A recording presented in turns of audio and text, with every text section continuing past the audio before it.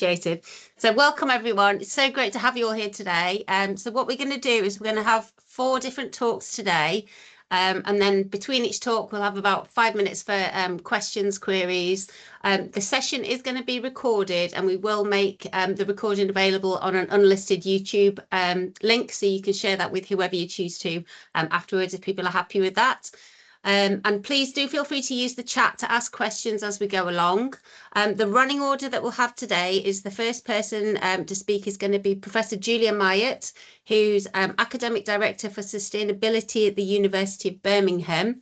And I met Julia at the Bioscience Education Summit this year, where she gave a stellar keynote about sustainability on the first day, and I pinned her down for questions straight afterwards. So she's going to be our first speaker. And then we've got Gustavo Espinosa Ramos and Amanda Capucci-Poltzin from the University of Westminster in the business school there. They're going to, again, another couple of speakers that I heard them speak, and I contacted them straight afterwards and followed up with a meeting. So definitely keep those connections going. And then our second speaker, I said Barbara would go second, didn't I? Barbara Tomasella from the University of Derby, who I've got to know through the Sustainable Mindset Principles Enterprise Educators UK Impact Fund project. There, I've got it all in full, that she's been working on over the last 18 months, which has been fantastic to be involved in. And then to finish off, you'll have me at the end. So running order will be Julia, Barbara, Gustavo and Amanda, and then myself to finish. So without further ado, and because she has to get away by past, I'm going to hand over to Julia if you'd like to start sharing your screen. Thank you so much. Fantastic. Thank you. And thank you for inviting me. I'm now going to attempt to find my slides out of the 45 windows I have open. Don't ever judge me.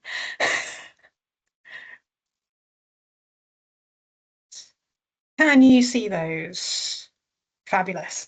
Lovely. So I mean, I very much am not from a business background, so I will say I am often one of the people that people are trying to convert into what it means to be in the enterprise mindset kind of headspace. So I'm actually an animal behaviorist, then went into liberal arts, natural sciences education, and now sustainability education brings it all together. And I think what I'm really focusing on today is how we're trying to grapple with these areas in a cohesive way at Birmingham, being very mindful that the more of us ask staff to embed different things in education, the more people just feel like they're trying to juggle a lot of balls. And actually, enterprise mindsets, together with, to be honest, interdisciplinarity, which is my big area as well, and sustainability, you can't almost do any of these in isolation. So we're really trying to build a program to bring them together, but in a way that is cohesive for staff and students, and that they understand that that's what they're tackling. So I will try and keep it brief. My main role at Birmingham currently, or half of my role, is to embed sustainability education across all of our degree programmes. And I've been working really closely with a team of staff, also trying to embed our graduate attributes. So I'm sure we all have these attributes, core skills, whatever we want to call them, that everyone's trying to embed. And recently we've developed a core pathway going through 3 years of a standard degree or PGT programs that scaffolds these core skills, which we all know we need to embed, but in a curriculum focused way, very much aligning with our graduate attributes, but that is also discipline relevant. So they're not just seeing it as skills, but also trying to ensure that all students at Birmingham get something similar. So it's not always left completely up to everybody to develop on their own. And actually, we've got now a big body of resources and support staff helping to embed these skills in a kind of cohesive way.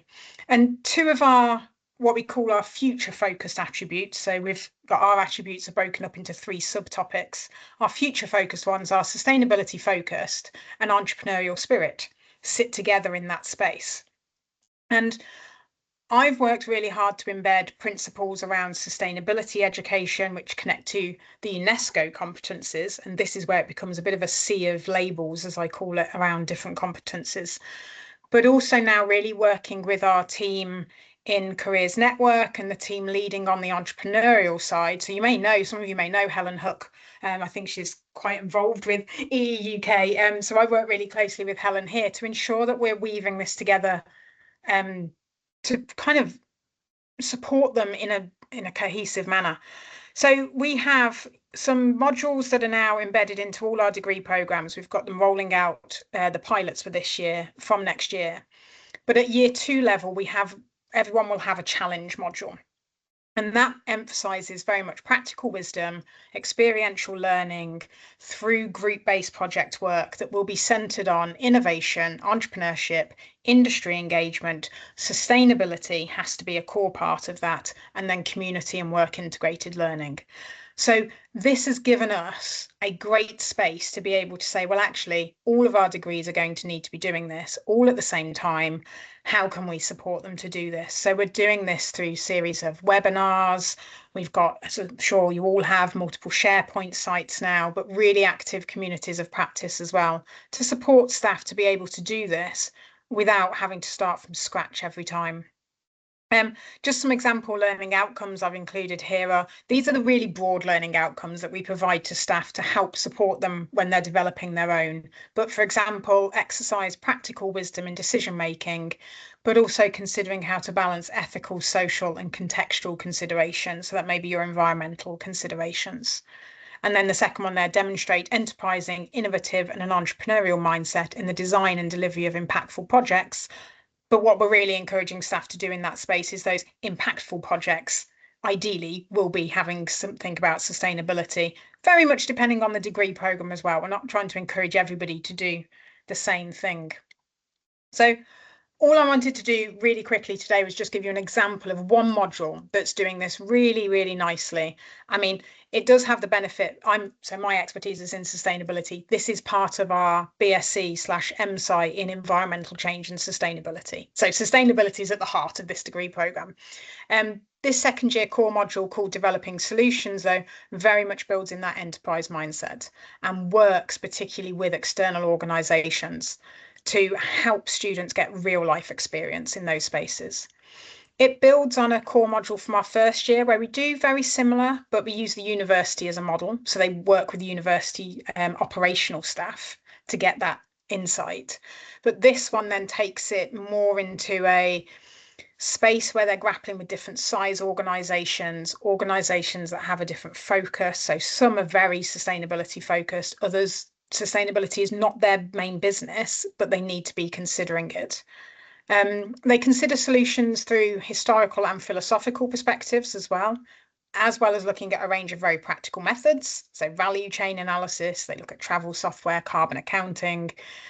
And then I say the main thing here that links it with the enterprise aspect is this engagement with external organisations. And they come in and both lead main sessions here on campus, but also where relevant, our students will do an external visit.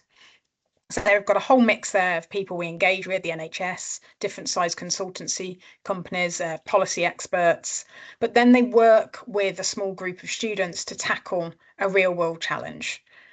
The focus then very much moves on to how do they communicate the outputs.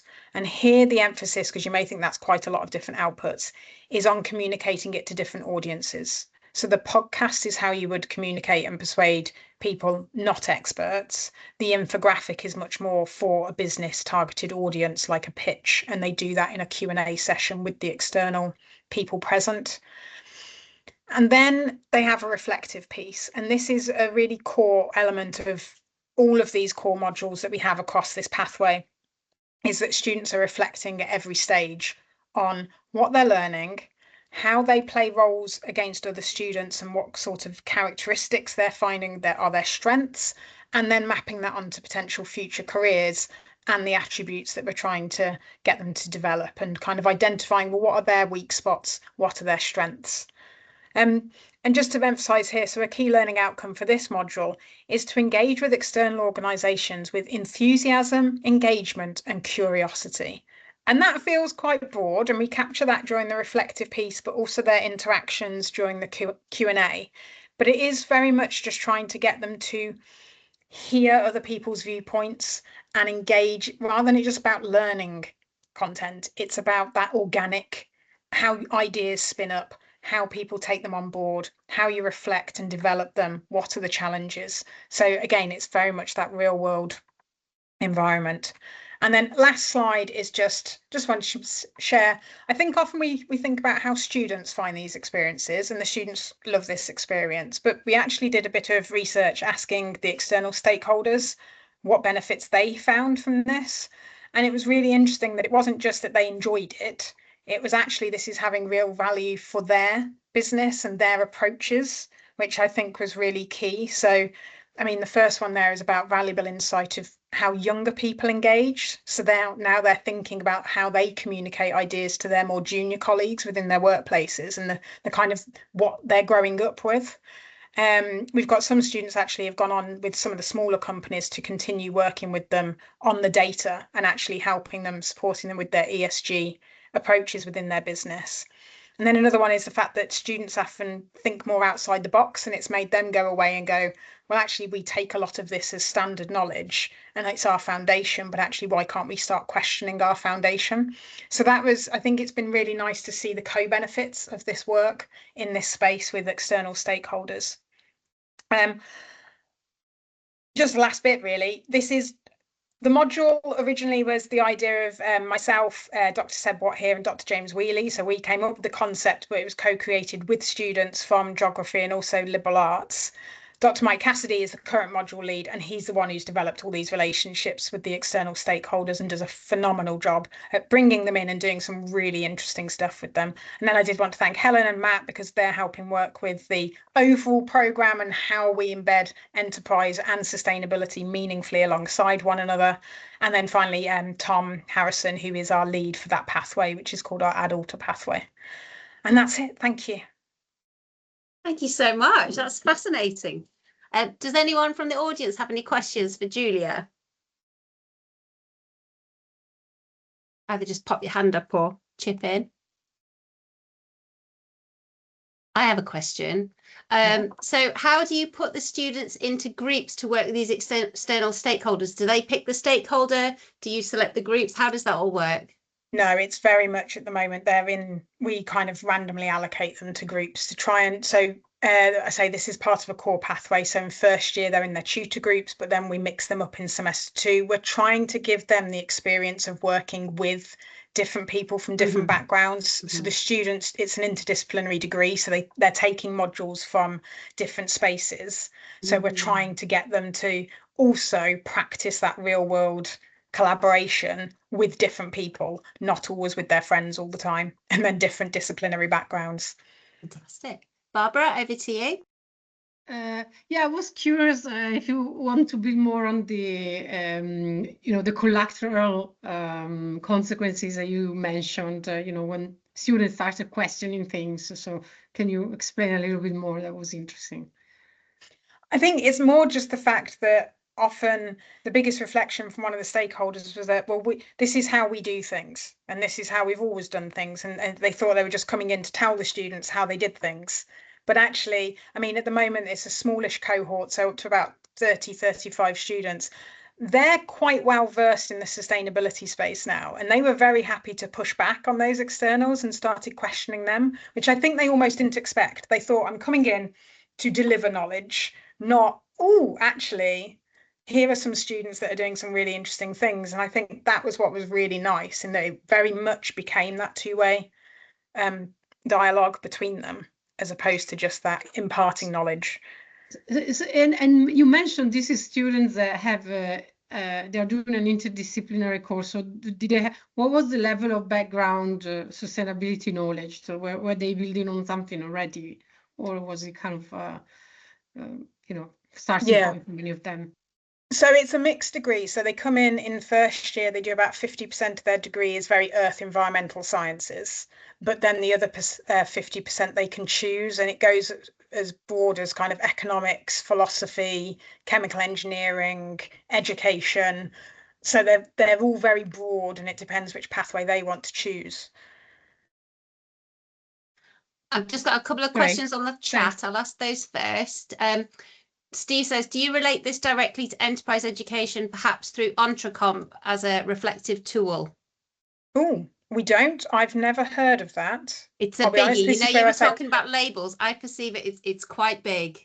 it's juggling a lot of stuff that goes on, but that's interesting. I'm sure Yeah, Helen can fill you in on that side of I was going to things. say, I'll go and ask Helen. I said, that's not my expertise, but that sounds really interesting. Yeah. And a comment from Jessica saying, I really like the linking of sustainability and entrepreneurial mindset. Yes, definitely. And Amanda says, it's usually a challenge to be able to engage with external stakeholders to support students. Really happy to see it. Imad, you had a question? Sorry, just quick question, Julia.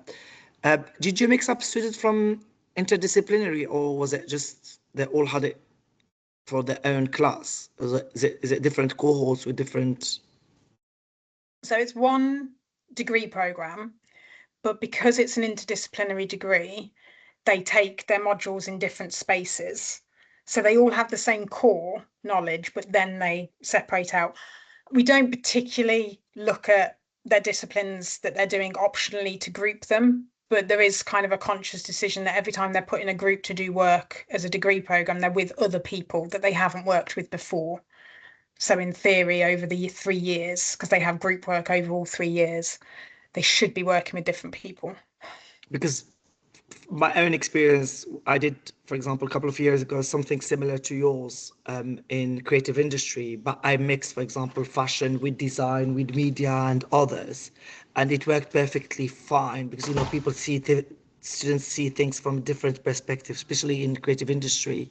So I think you might consider just like trying, because I think the peer experience and the all feedback we had, that we learned more from this different students working with peers than actually they learned from the industry and all these mentors that we provide with.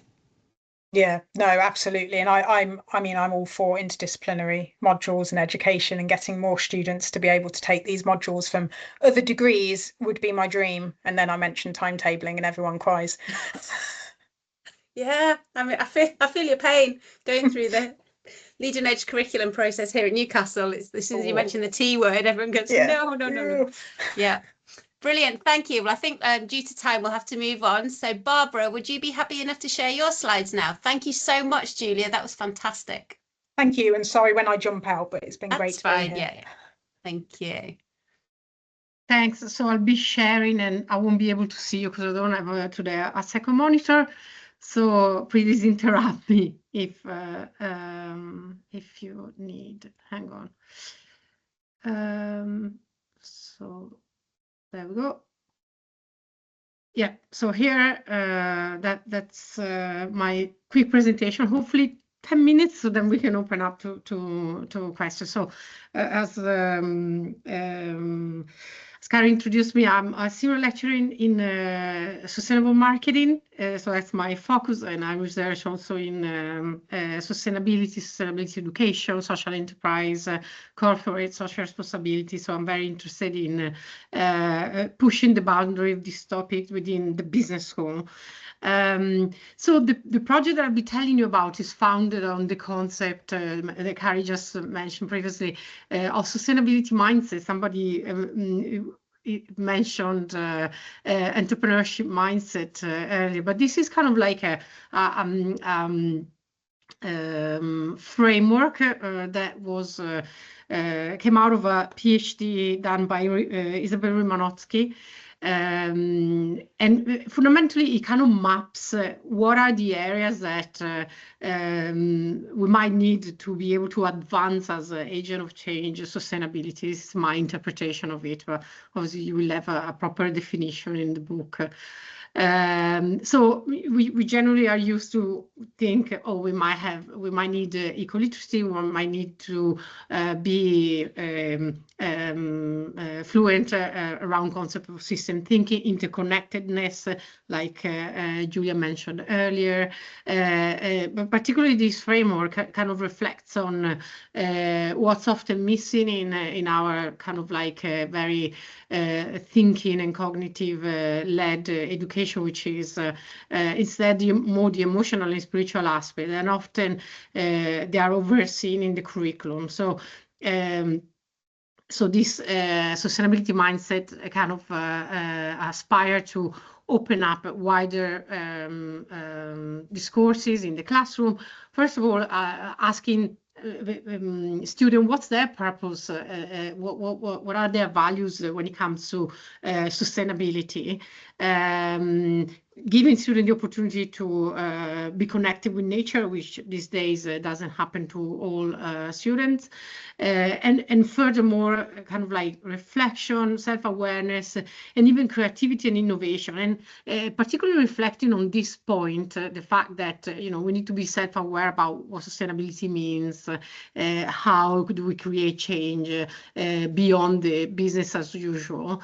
Also, creative innovation is very important, and that's where this project that I worked on came from, and that's why I'm here today. So we designed this sustainable mindset principle in enterprise education. So it kind of like starting on thinking what is the enterprise education leads to. So this is a framework from QAA. So thinking about well, entrepreneurial awareness, entrepreneurial mindset. So that's often in the classroom, and then capabilities, developing capabilities. We know that often in modules we want to focus on different skills that are linked to entrepreneurship, and then entrepreneurial effectiveness, often done through kind of like more experiential learning approaches to get students, let's say, ready to perhaps jump into the world of creating their own venture incubation. So this is kind of like the traditional curriculum. So we wanted to really look beyond the standard concept of getting students ready for enterprise education. Fundamentally, without going into the background on how the project worked, we created a mindset toolkit. So we thought that particularly we wanted to focus on experiential learning that could be kind of like active learning activities, particularly focus on all the elements, not just the knowledge element of sustainability, but also the emotional and spiritual aspect of sustainability as an add-on to learning experiences, possibly within the business school, but I think they can be adapted to other departments of the university. And so, yeah, these were all the tools that came out of this 2-year project. So some of them already existed, and some of them were created particularly for this project. And the idea is that all of them somehow being very practical, and because they open up conversation in the classroom about sustainability, they all map against all the dimension of the sustainable mindset principles, whilst being focused on entrepreneurship education, because they kind of like reflect on business experiences or startups or really different kind of like business focused projects. So I'll just give you a flavor, let's say, of some of the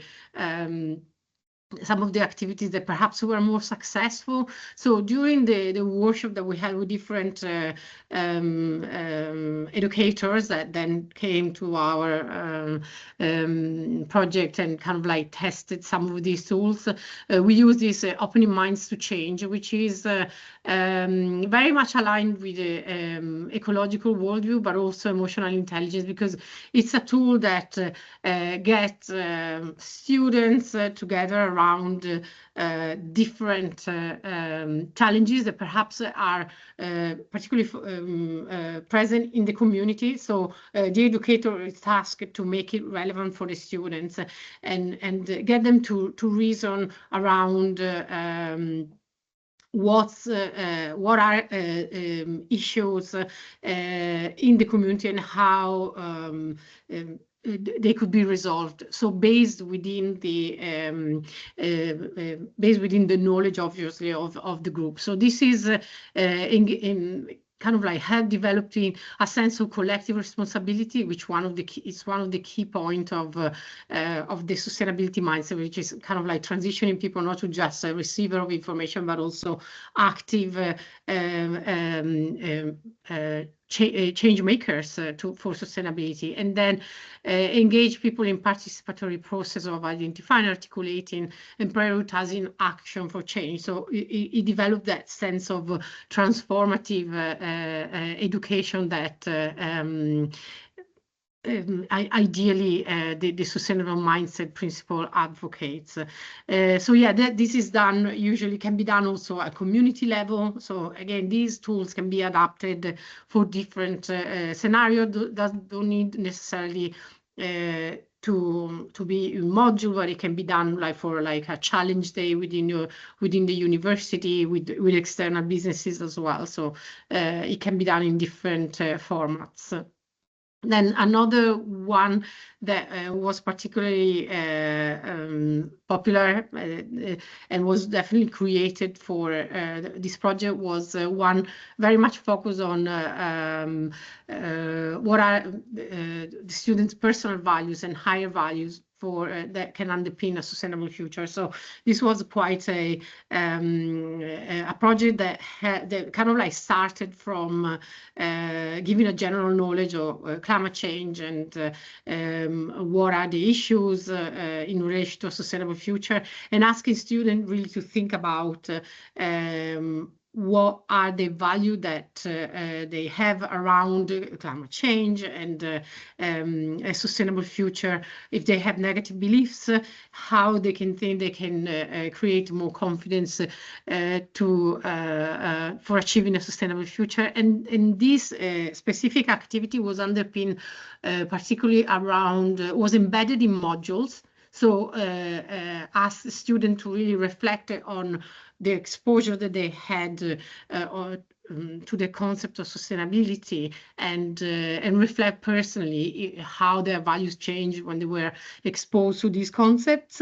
And they had to produce reflection, which were part of their assessment within the module. So this kind of like tool can be kind of used and added onto modules, so really that have a sort of kind of exposure to sustainability for students and ask them to reflect about it. So creating reflective pieces, even use art as a way to kind of like reflect on that, on their exposure to sustainability from a spiritual intelligence, which means really reflecting on what are your own values when it comes to sustainability. So that was another tool. And then the final one that I want, so yeah, these are the kind of questions that might be opened up in sessions with students, something like what qualities, values, or attitude would help to positively transform our relationship with the earth. So really kind of going deeper into reflection with students. This last one that I personally also tested in my own classroom, again, aligned with purpose, which obviously has a double meaning, because we use purpose also to define businesses, but also it can be the purpose that a student might have in bringing meaningful change in their future entrepreneurial approaches. So this one is actually based on the Aim to Flourish platform, which is actually a platform that is endorsed by PRIME, by the Principle of Responsible Management Education, for those of you that are not in the business school, which is a global platform that collects experiences of businesses aligned with the United Nations global goals. So it's an opportunity, you know, when it's quite a simple activity, because it first of all asks students to kind of like open up to some of the examples that they see in the Aim to Flourish. So it gives an opportunity also to the lecturer perhaps to explain what are circular economy principles, stakeholder value versus traditional profit metrics, interconnectedness between business model and societal impact. So students can first have a look at what the Aim to Flourish platform contain, find examples that they are kind of like resonate with, and then in a next activity session, students can develop perhaps their own examples from their own community, and then help building on to this Aim to Flourish, which is a repository really for all students across the world. So these are some of the slides that can be used. So this idea of purpose as inner compass. So it kind of like gives the opportunity to students really to reflect on what are the different aspects of a purpose business, but also it allows the lecturer, I think, to the educator to kind of like ask, what is your own purpose in life? Do you feel open to this concept of these different experiences? So yeah, I mean, a couple of slides can be used to present the Aim to Flourish, and then the students overall the activity are asked to really reflect on different dimensions. So starting what values for themselves mean, what the business stands for. So what's the purpose of the business that they looked at? What are the SDGs that were addressed? But more than anything, reflect on why the story matters to them. So the idea of purpose is really reflecting on the external and internal tension that these experiences can open up the students to. So that, I mean, this was a kind of like a mix of, as I say, like the project was a mix of creating these tools and then ongoing testing them in the classroom. And fundamentally, yeah, we are continuing the process is still continuing, because we are also wanting to see what were the effects for the students of these experiences. So I mean, I'm going to open up to questions, but if you want, I can share the slides as well, because afterwards there is more kind of like a reflection on what actually these experiences raise in the student. We use the sustainability competencies of UNESCO to evaluate how this intervention, what they meant for the student, what kind of competencies they developed in the students as well. So we use a mix of in-class, quantitative way of reflecting on how the sustainability competencies were developed, but as well we use reflection for qualitatively looking at how the students felt around these experiences. Yeah, so it's been, I'm just going to leave it there just to keep it short. And I think I kept it longer than I should have. So there might be maybe some question as well. But more than anything, it was a collaborative project, because I think not all faculties have the benefit of having a big overlay of educators or, I don't know, a career team that help delivering big experiences. So this was a way for smaller uni like Uni of Derby to really kind of like share experiences collaboratively across different institutions. So, I mean, it did resonate with some of our staff, and it's still advancing. So, yeah, if you're interested to hear more, I'm happy to share the slides. Thank you, Barbara. It is a fascinating project, and some of the tools in there are incredible. Has anybody got any really quick questions? Yeah, sorry for taking the time. Or if people want to pop them in the link, maybe we can reply to them on the hoof during the next session as well. Yeah.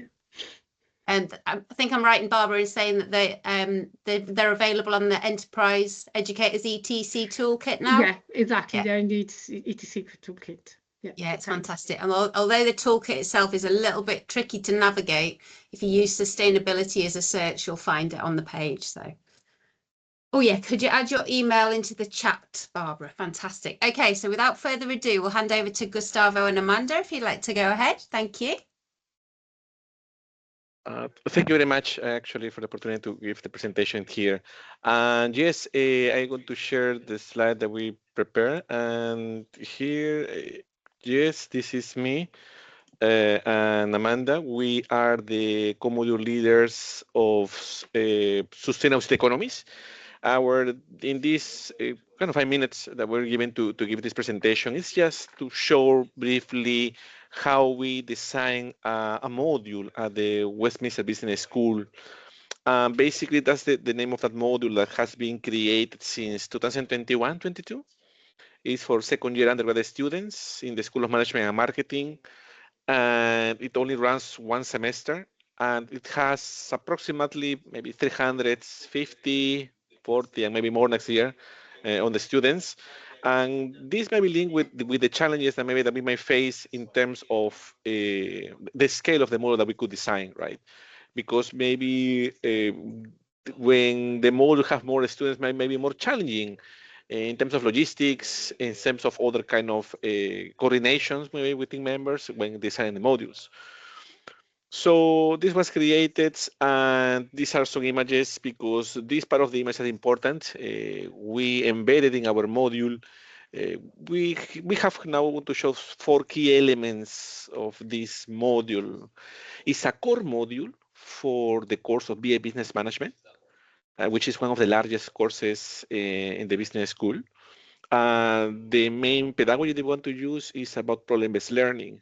So basically, which is linked with the learning outcomes that Amanda is going to explain just in a minute as well, and also with the learning activities. Basically, students, they have to, in the module, they're going to analyze sustainability issues in the city, and they're going to select a city from one specific sustainability ranking, and they're going to analyze it. So, but in addition to identify these issues, they're going to formulate, identify the causes of these issues, and then later they're going to develop solutions to these specific issues. If these solutions already exist in place, they have to be more critical in the way that they have implemented, and whether they can be some elements to improve that specific solution. Also has some elements of experiential learning, which is linked with these pictures because we embed some a field trip that we want to have in the class. So out of the 12 week of classes, we have week 7 is the week when we organize the field trip. So how the pedagogy is reflected into the module teaching? Well, as I mentioned before, is the students in the module, they need to find solutions to current existing sustainability issues. The student, and we develop agency in students as well because the students select the city, select the 2 issues, and select the 2 solutions. So they formulated the solutions, and it's often, and why we try to do in that way is because increase agency, increase more the connections with sustainability with the students. They come from different backgrounds, from different countries, and when they have that option to select what they want to do, we notice that the students tend to engage even more in sustainability. Now, the way that it was designed also is linked with employability because we have 2 assessment components. The first assessment is a poster where the students analyze the issues, and assessment 2 is a report when they identify the solutions. And from all the submissions, imagine 320 submissions of assignment, 1 poster, we organize a poster competitions internally, where the sustainability team in Westminster select the 2 posters, the best 3 posters from all the submissions. But also this is linked with other elements of employability because we encourage to all of the students to submit their submissions for the prime writing competitions. They have one category which is, for example, something creating a posters or podcast. So we encourage the students to submit it as well. And in 2023, 2 of our students actually came second in these poster competitions that Prime organized. Also, in addition, we have internally the SDG award, but also we encourage our students to submit their assignments to compete on that. So basically, we try to make a module on which their assessments can be artifacts. They can be artifacts where they can just disseminate their learning, but also can be elements to demonstrate impact that they have. So we have the field trip, and the field trip can be, we want to make it very open. So we have a walking tour or a virtual tour. And in the walking tour, the virtual tour is basically a video the students have to watch. Very interesting as well is giving them the agency. The students select what do they want to learn. Out of the 100% of the students who are enrolled in the module, basically more than 65%, they prefer to watch the video, actually. So that tells us something about the level of engagements in terms of field trips. We thought the students prefer to do more the walking tour, but the majority prefer actually the virtual tour. There might be different reasons behind, whether there are other assessments during that week as well. And also that we try to embed other elements of employability in terms of micro-credentials. Out of the 12 weeks of classes, we identify one specific LinkedIn course, which is optional. If the students complete it, then they have the certificate for LinkedIn Learning, which is about sustainability and management. So that's something actually that kind of designed in these years with Amanda. So Amanda is going to explain the next part, which is linked with the SDGs. So Amanda? Yes, thank you, Gustavo. So our objective here was to talk about how we've been doing this within our modules. So of course, in a smaller level, it's also based on a framework, which is a 9-step framework, which Caris probably remembers how we presented for the first time, and how we're encouraging other modules as well to map SDGs, to apply specific pedagogies that will support the ESD competencies from UNESCO, for example. And that's why we have these elements. You see some of these elements here due to the time. But these are the SDGs that we mapped in our module. We focus on a specific one, which is number 11, of course, because of the CT element, sustainability and communities. And the others are representative of the issues that the students find within the cities. So we ask them to look at social and environmental issue. We encourage them to choose at least one of both. So we have a wider range of that. And of course, the SDGs are quite comprehensive to understand different elements of these issues. And the next and the last point that we have towards the module, if Gustavo, you can click on the last one, is referring back to these competencies.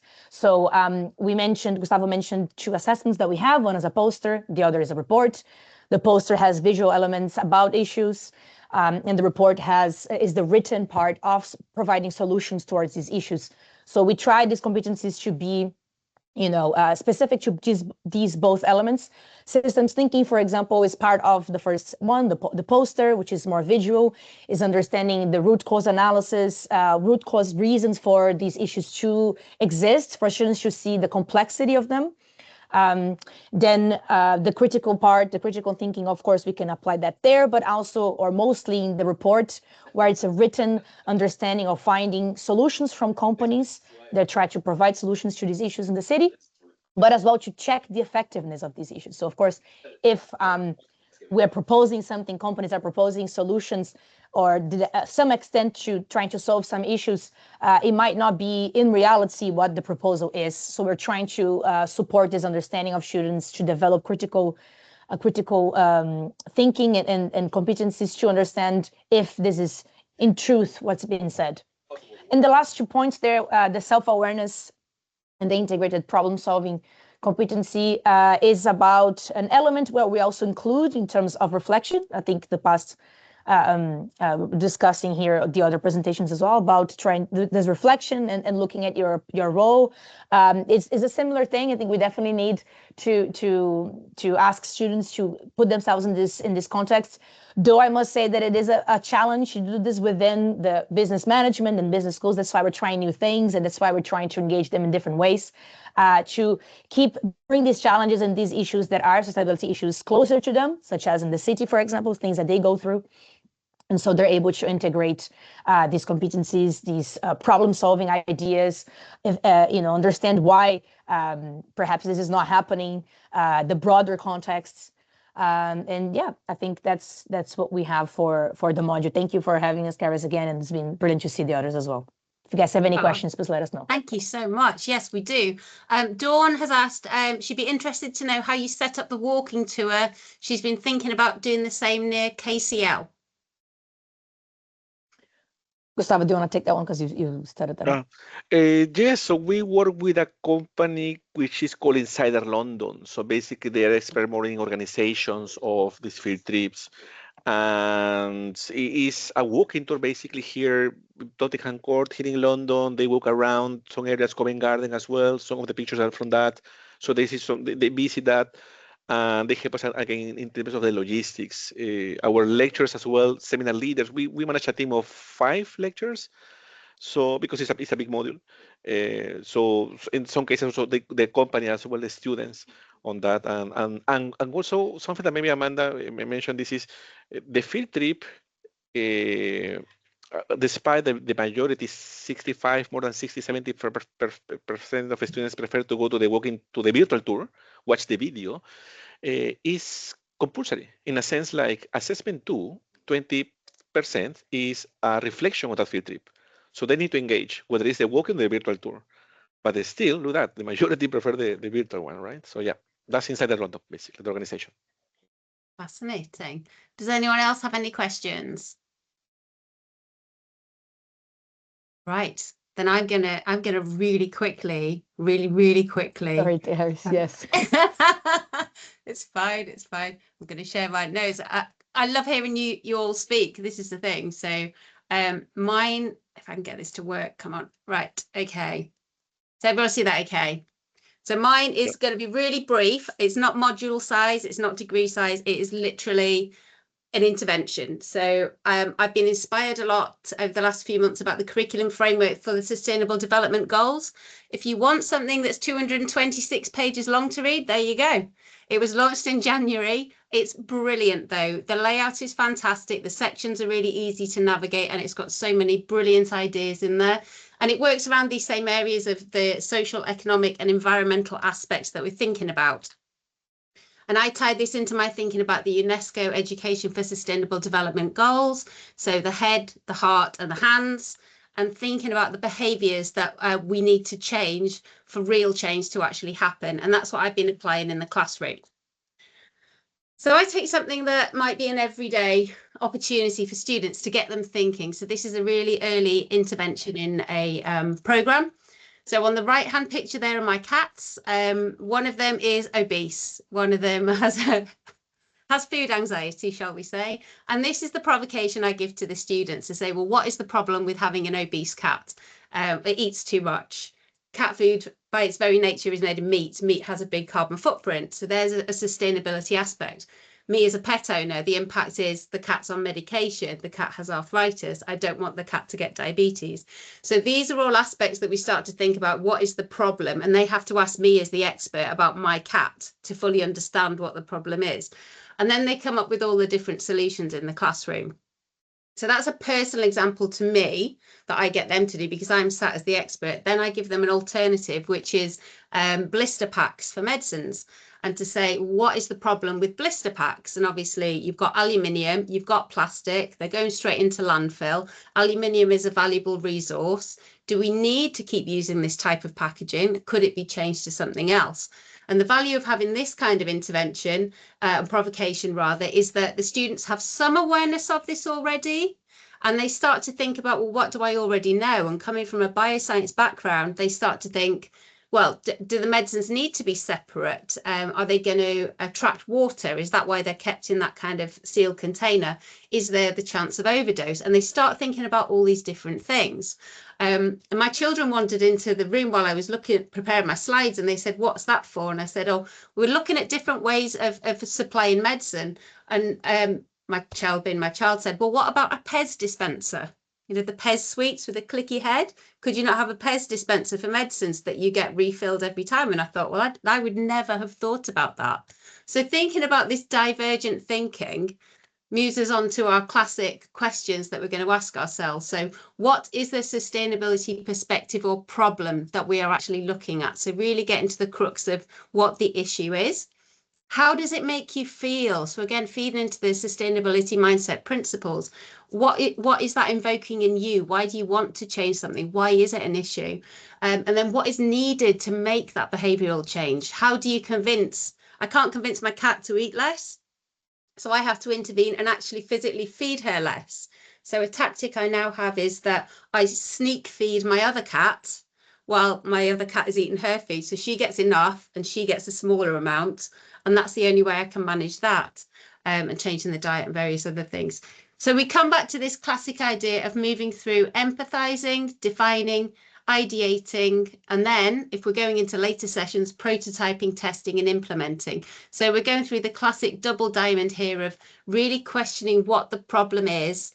And I tend to work offline to start off with so that we get these ideas in the room first, rather than I think the automatic response would be, well, let's see what AI is going to do, when all that's doing is taking you to this middle point without actually going out first. So you're coming back into one solution rather than expanding first and thinking, what is the myriad of opportunities and the global solutions that we could find, rather than perhaps a narrower perspective that AI might give to you.